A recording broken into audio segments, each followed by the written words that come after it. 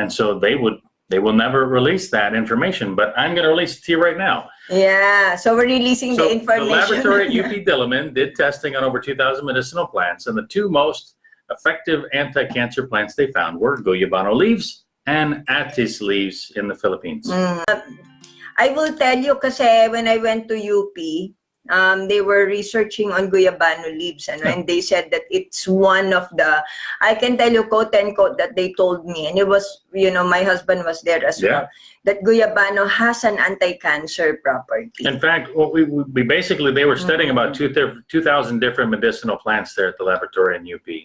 It was all pharmaceutically funded research. And so we'd ask them, what is the most potent anti-cancer medicinal plant you found? They said, well, it's Guyabano leaves by far. I said, really? I said, well, when and Atis, the next is Atis. The next was Atis, which it's a sister plant of Guyabano. So I'd ask him, I said, when do you plan to release that information? They said, well, we're not. That's pharmaceutical funded research. They own the data.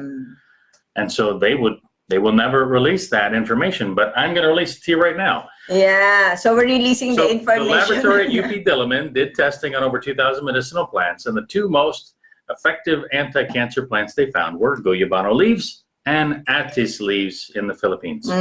This was when we were there, you know, when we were talking to a lot of the people there. So yun ho yung ginagawa nila by that time. So, you know, it's really good, you know, to know all of these things. Kasi especially if you do not have money, di ba? That's right. Kawawa ka naman. Kawawa naman ng Pilipino. They do not have any more money. Well, that's what I would never tell them. Yeah. So, I mean, because the thing is, you have to, one quick segue, Mom. You have to look at the business of oncology, guys, of doctors who typically treat cancer.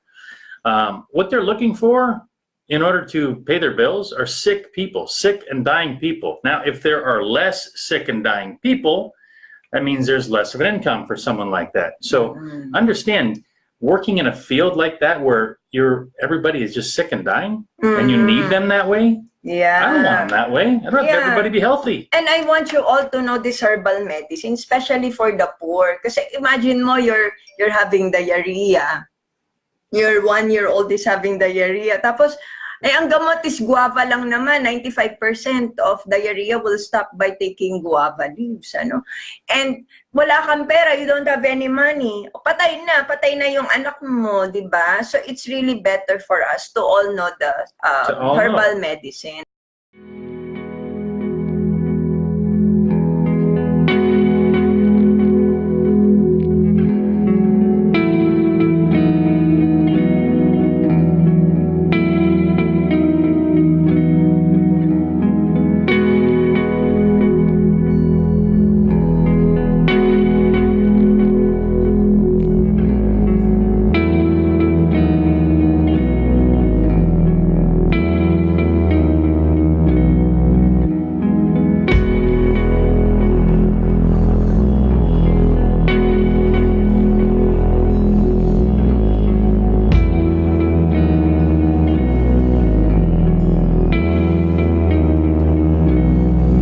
So, again, I told you about Guyabano leaves, okay? Dapat mainstay na yan. And hindi po totoo yung chismis, ano? Because they're saying Please address that. Yeah, they're saying that Guyabano can cause anemia, ano ho. Now, this is my take on that, ano? Especially when everyone is demonizing Guyabano leaves.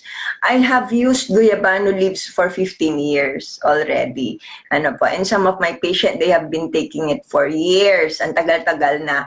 And some of them, they don't have anemia. Hindi ho sila, they did not develop anemia as a result of Guyabano leaves.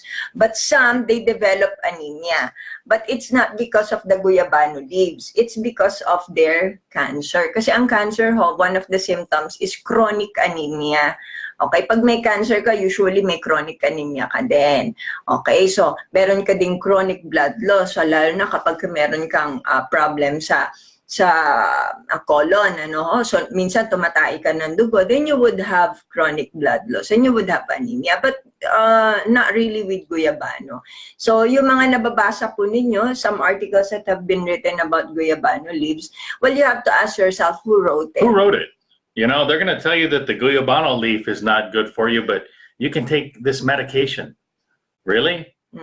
Can you please show me a medication, you know, an artificially produced medication that does not have a side effect? Yeah, who wrote it? Who wrote You it? have to ask. Where does the funding come from? Yeah, who wrote it? Tapos, clinician ba siya? Baka mamaya, hindi naman siya clinician. Now, na-demonstrate ba niya? Exactly. Was he able to demonstrate that Guyabano lives?